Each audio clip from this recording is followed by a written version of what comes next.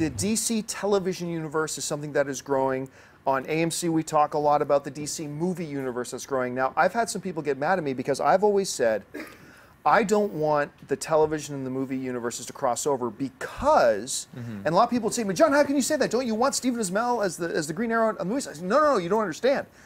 I want them to be separate because I don't want Stephen, Guggenheim's, I don't want their hands to be tied by whatever's going on in the movie universe. I want them to have the complete creative freedom they've had up until this point to do whatever the hell they want to do, because that's what's given us such great television. But what, as the performer in it, what is your take on all that? Oh boy. Are we live? I thought that the way that Warner Brothers announced the slate of DC movies could have been handled better. And I think that someone like Grant Gustin, who has just launched an iconic character like the Flash to record-breaking numbers that far surpassed Arrow's numbers. But that was thanks to your show. Yeah, for sure. All that being said, I think that he should have been given a wider berth than 2 episodes before another actor was announced to play his character. All that being said, that's because I'm protective of Grant, and that's because I think that producing 23 episodes of superhero television is more difficult than producing a feature film. Right. Okay, yeah. And it's 23 episodes again and again and again and again. Right. And as Peter Roth says, for 12 years, oh God. But I've never seen a need for the television side and the feature side to cross over. This is nothing that I haven't said before, I'm pretty sure. But you know,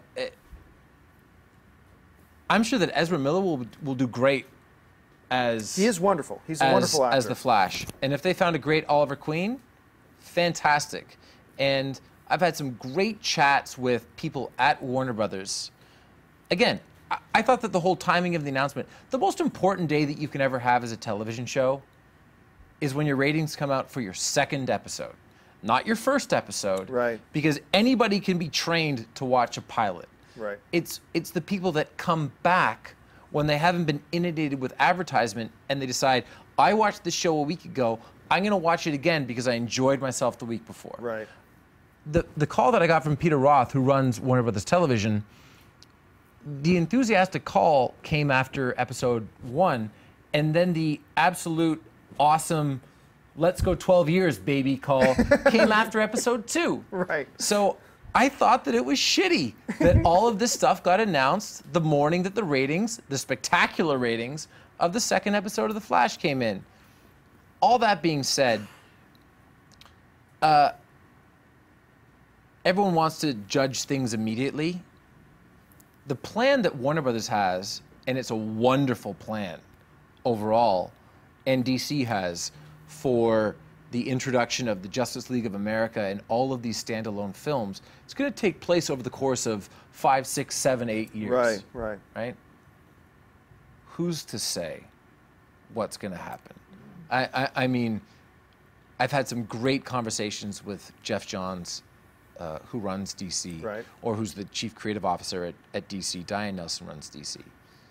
And we had these conversations shortly after these announcements were made. And I came away from the conversation feeling great.